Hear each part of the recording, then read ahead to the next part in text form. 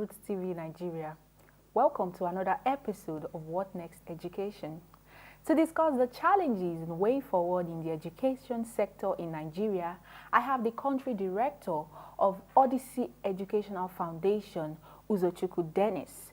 Odyssey Educational Foundation is an NGO that works with the girl child on science, education, engineering, mathematics, and trains teachers on the use of information communication technology.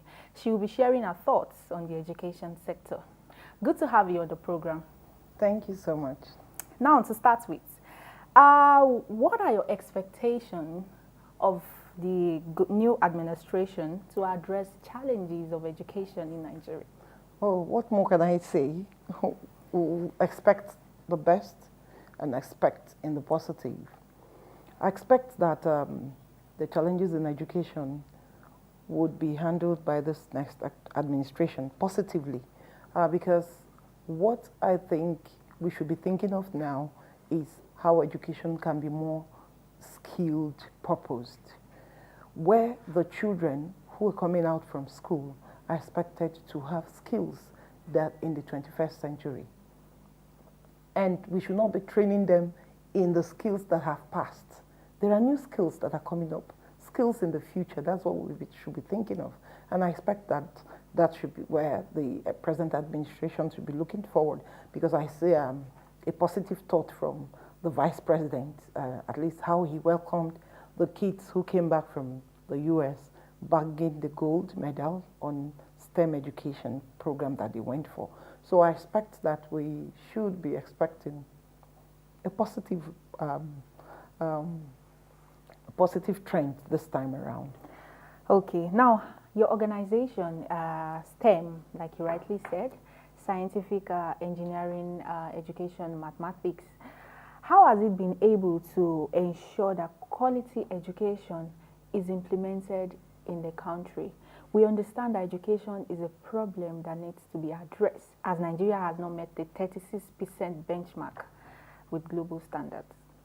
The only way forward, and the only way forward, I say, is by STEM education. What do I mean STEM? STEM meaning science, technology, engineering, and mathematics. This is the only way we can get to a knowledge-based economy.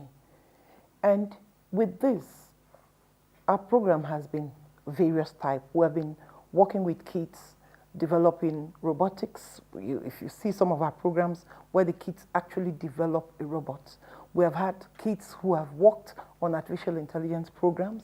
We have started working with kids on VR and IR, and that is virtual reality and augmented reality, where they are not even in that space, but with just the glasses, they're able to see what is necessary for them to see and then feel it. Like if you're teaching them about the things under the water. I don't expect you to take them to the river and all of them dive in to see the shark.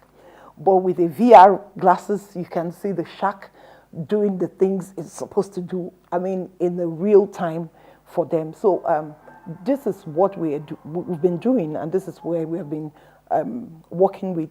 We just concluded a program called Technovation, where we had children between the ages of 10 and 18 come around, think of a problem within the 17 SDGs and solve it using the technology. And we didn't stop there. We also gave them a business perspective of it. So they had to learn how to think of how to make money from what they have been able to construct. And then we also had them pitch it to people in the the audience who have interest in one or two of the things that they have been able to produce. Okay. So our education, our style of education has really improved the skills for the children in Nigeria and for the girl child especially. Okay, perhaps this gave birth to the first robotic senator in Nigeria. Well, moving on, do you think there is corruption in the education sector? Corruption. There is corruption in the whole of Nigeria, so I don't know how you can remove education from it. So, but because you can't tell me that schools still date don't have in fact, almost all countries have developed a program where you have one child and one device, because that is where we're going to, a child and a device. But in Nigeria, we have government schools we have gone to, a lot of them we have gone to, we don't even have one device to 50 people. So it's with the kind of wealth we exhibit in this country. I mean, if the first car comes in, even if it is 500 million, it's a Nigerian who buys it first. And so how can you explain it that there's no corruption in the educational sector? Obviously, there is corruption, but I just hope that this new government or this new administration will be able to help us curb it, because if our educational sector it's not laid down properly, then we'll continue to see what we're seeing in Nigeria.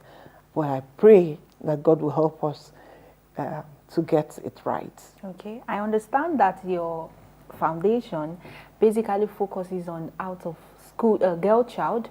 Now, out of school children, tell us about the efforts in ending this trend, because it has become a lingering problem and is prevalent in some parts of the country. Yeah, we have done a lot. On the day, the International Day of the Girl Child, we went to Durumi, where we have the IDP camp. So we met some girls, a lot of girls who have, began to reproduce even at very early age. And then we have worked with them to be able to learn some skills in education and also in technology. We have taught them some skills, and we didn't stop at that. Some of the girls who are in school, whom we are working with, we have made them ambassadors. We have 2 girls in Papi, and they said in their area, a lot of other girls too are not going to school. So when we made them ambassadors, what they do is every Saturday, they have classes with them to teach them.